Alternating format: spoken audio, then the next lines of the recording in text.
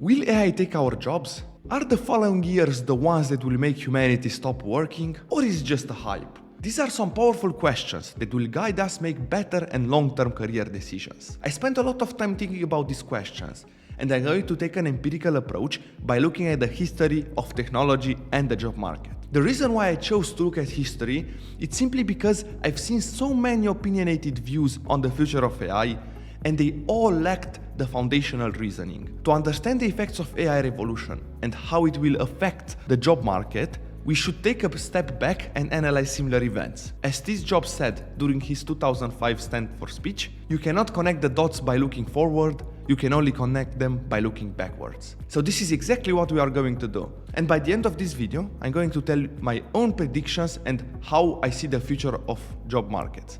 There has been a long presumption that innovation is the leading factor in unemployment rate. They even call it societal Pareto improvement, meaning that 20% of the workers will do 80% of the jobs. Although the US government began tracking unemployment rate in the 40s, the highest rate of unemployment occurred during the Great Depression, when the unemployment rose to almost 25% in 1933. The causes of Great Depression included slowing consumer demands, huge consumer debts, decrease of the industrial production, and the recklessness of the US stock market. There is no real evidence that innovation caused one of the most acute financial crises in history. In fact, it's quite easy to tell that the financial system was the one that played the main role. Here we have the charts of unemployment rates, and they've plotted some of the major innovation periods. We have invention of transistors, invention of microprocessors, launch of the internet, of the World Wide Web,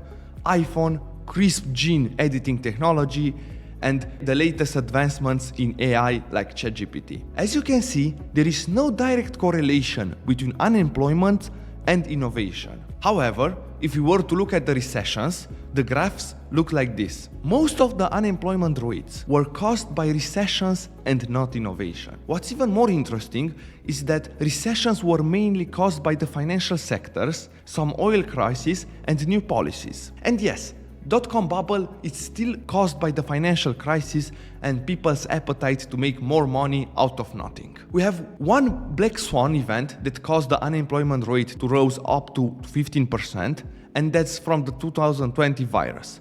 The unemployment rate is obviously here as people didn't get out of their houses, they stopped spending, so it's safe to say that unemployment rate is not correlated to innovation. So far, we've talked about the past, and we've seen how innovation didn't cause the drop of unemployment, nor industrial machineries, invention of the internet, or smartphones didn't cut people's jobs. Otherwise, the line would look like an ascending one. But did technology change the actual job people are doing? I would say yes. New technology came with new set of skills, and new jobs were created as a result of innovation. Most works in the US is new work, says MIT economist David Autor. Most contemporary jobs required expertise that didn't exist back in the 1940s, and it wasn't relevant at the time. Coming back to the original question, will AI take our jobs? My answer is no, at least not in the current version of AI. Just as we saw the unemployment rate wasn't directly proportional to the rate of innovation, I would say the AI trend will have the same effect as any other innovation. There will be new jobs thanks to AI, there will be new ways of doing things because of AI, and there will be people left behind because of AI. And that's exactly how things work when the internet appeared. It created new jobs, new ways of doing things, and people who didn't use it were left behind. Imagine the following scenario. You wake up on a Monday morning, quickly make some breakfast, and leave the dishes in the sink because you are in a hurry. You grab your bag and leave. You start walking on your foot to your office. When you arrive, you sit at your desk, surrounded by stacks of paper, and you start your day using only the pen and the paper. As you work, you wrote down the notes, you calculate all the things manually, and you organize the files physically. Now, consider the alternative. You wake up on a Monday morning, order some breakfast from Uber Eats, and let the dishwasher handle your cleanup because you are in a hurry. You grab your bag and you head out to the door.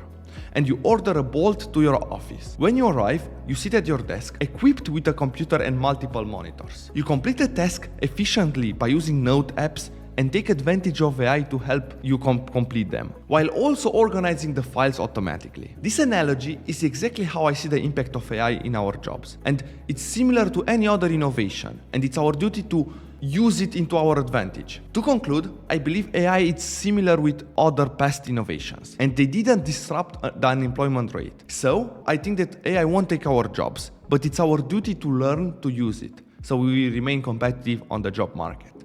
If you like this video and you want to find more, click in the link below and let's connect on LinkedIn. See you next time.